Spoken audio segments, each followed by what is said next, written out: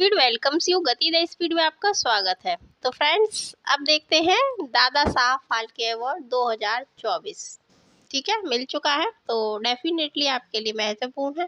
देखिए, फिल्मों से संबंधित जो प्रश्न बनते हैं वो सारे आपके लिए महत्वपूर्ण नहीं होते। कौन से होंगे? देखिए, ऑस्कर होता है ना, बाफ्टा होगा आपके लिए महत्वपूर्ण। और अगर हम हिंदी फिल्मों की बात करें, अपने बॉलीवुड की बात करें, तो राष्ट्रीय जो फिल्म अवार्ड मिलते हैं वो आपके लिए महत्वपूर्ण है। और कुछ ऐसे ऐसे दादा साहब हो गया, इस टाइप के प्रश्न आपसे महत्वपूर्ण हो जाते हैं। बाकी आपके लिए कोई महत्वपूर्ण है नहीं। तो भाई, किनको मिला है ये देखते हैं, कब से मिल रहा है, बाकी उसका जो बैकग्राउंड है वो देख लेते हैं। इसके अतिरिक्त जैसे कि मैंने कहा था कि जब आप पढ़ते हो तो लगभग 2 साल के आपको लेके चलने हैं। फिर कोई महत्वपूर्ण घटना हुई है तो वो आपको देख लेना है। बाकी पहला जिसको मिला था, तो ये जो है पुरस्कार, ये भारतीय सिनेमा में सबसे बड़ा योगदान है। सॉरी, योगदान नहीं, सम्मान है। यानी हमारे जो भारतीय सिनेमा है उसमें ये सबसे बड़ा है, इसीलिए आपके लिए महत्वपूर्ण है।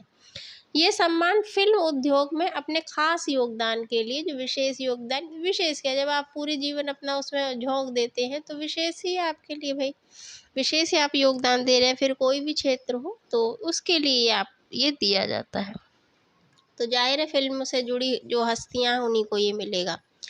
भारत सरकार के सूचना मंत्रालय की ओर से यह पुरस्कार राष्ट्रीय फिल्म पुरस्कार समारोह के दौरान दिया जाता है। तो आपके लिए ये नहीं महत्वपूर्ण है किसके दौरान दिया जाता है, ये है कि वो मंत्रालय कौन सा है जो इसे देता है। ठीक है, तो ये सूचना प्रसारण मंत्रालय।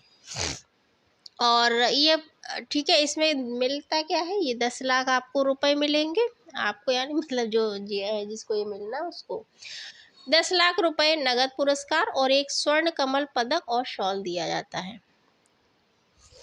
अब बात करते हैं भाई स्टार्टिंग कब से, यानी इतिहास क्या है इसका। तो 1969 यानी 1969 में इसकी स्टार्टिंग हुई थी। और यह पुरस्कार प्राप्त करने वाली जो प्रथम व्यक्ति हैं वो है देविका रानी। कई बार ये प्रश्न आया है। और ये जो आपका है ये किस व्यक्ति के नाम पर है, तो ये है धुडीराज गोविंद फाल्के, जिसे हमने फाल्के, तो ये उनका जो पूरा नाम है वो है। और ये इनका जो जन्म है 1870 में हुआ था, महाराष्ट्र के नासिक में। ठीक, और इन्होंने अपने जे स्कूल ऑफ आर्ट मुंबई से नाटक फोटोग्राफी की शिक्षा ली थी। ये महत्वपूर्ण है, ये है कि किसके नाम पर ये दिया जाता है, कब से स्टार्ट हुआ, प्रथम कौन था। इसके बाद वो जर्नी चलेगी और इसकी आप बैकग्राउंड देख लीजिएगा। तो इस ये जो फिल्म है हरिश्चंद्र, इन्होंने जब बनाई थी, जब ये लौटे थे, तो पूरे देश को इन्होंने क्या दिया, एक ड्रीम दिया कि भाई इस क्षेत्र में हम बहुत कुछ कर सकते हैं। तो यह पहली पूर्णतः लंबी भारतीय फीचर फिल्म है। ठीक है, और यही बॉलीवुड के नाम से इसे जाना जाता है।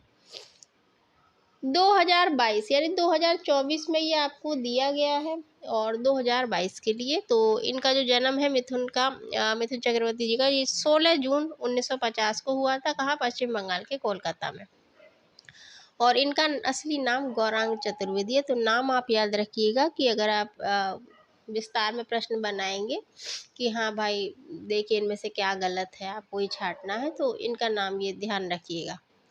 और ये कौन है? जाहिर है निर्माता हैं, निर्देशक हैं और राजनीतिज्ञ हैं, और क्या है, अभिनेता हैं। अच्छा, इनको अपनी पहली फिल्म मृगया जो 1976 की है, इसमें इन्हें सर्वश्रेष्ठ अभिनेता का राष्ट्रीय पुरस्कार मिल चुका है। ठीक, और 1952 में उन्होंने फिल्म स्वामी विवेकानंद और ये क्या है, ताहा देर में अभिनय किया। इसके लिए भी उन्हें राष्ट्रीय पुरस्कार, तो मतलब अच्छे खासे एक मजा हुआ एक एक्टर वो है वो। तो ये आप ध्यान रखिएगा कि इनको कब कब कौन सा पुरस्कार मिला है, ये आपके लिए महत्वपूर्ण है। बाकी कोई महत्वपूर्ण नहीं है, मैं फिर बता रही हूँ। पहला किसको मिला है, किस व्यक्ति के नाम पर है, कब से स्टार्ट हुआ, इस समय किसे दिया है, इससे पूर्व 1-2 साल के देख लीजिएगा, दैट इज सफिशिएंट। ठीक है, तो इसके लिए भी इनको मिला है। उन्होंने कई भाषाओं में काम किया है। 1990 में हिंदी फिल्म अग्निपथ के लिए इन्हें सर्वश्रेष्ठ सहायक अभिनेता का फिल्म फेयर अवार्ड मिला है। तो ठीक है, अब देख लेते हैं मिथुन चक्रवर्ती 2022 के लिए इन्हें मिला है क्या ये अवार्ड, और 2024 में ये दिया गया। हिंदी बंगाली फिल्म अभिनेता हैं। वहीदा रहमान को मिला था 2021 के लिए। ये कौन है? ये अभिनेत्री हैं, और हिंदी फिल्म की अभिनेता नहीं अभिनेत्री है। आशा पारेख को दिया गया था 2020 के लिए। ये भी एक एक्ट्रेस है हिंदी फिल्म की। और रजनीकांत 2019 में तमिल के और हिंदी अभिनेता हैं। अमिताभ बच्चन को 2018 में मिला है। विनोद खन्ना को 2017 में मिला है। और कासिंथुनी विश्वनाथ को 2016 में।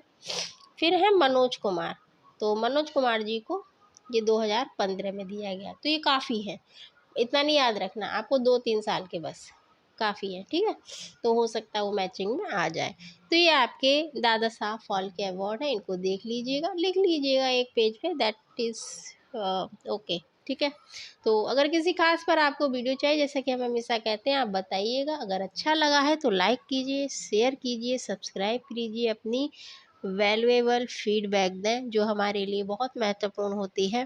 कीप रीडिंग, पढ़ते रहिए, तब तक पढ़िए जब तक सिलेक्शन ना हो जाए। जीवन भर तो देखिए पढ़ना तो आप हर व्यक्ति कहीं ना कहीं से कुछ सीखता ही है, तो वो तो चलती है टीचिंग, बट आपको सिलेक्शन पाना है तो कीप रीडिंग। फिर मिलते हैं। Thanks for watching. जय हिंद।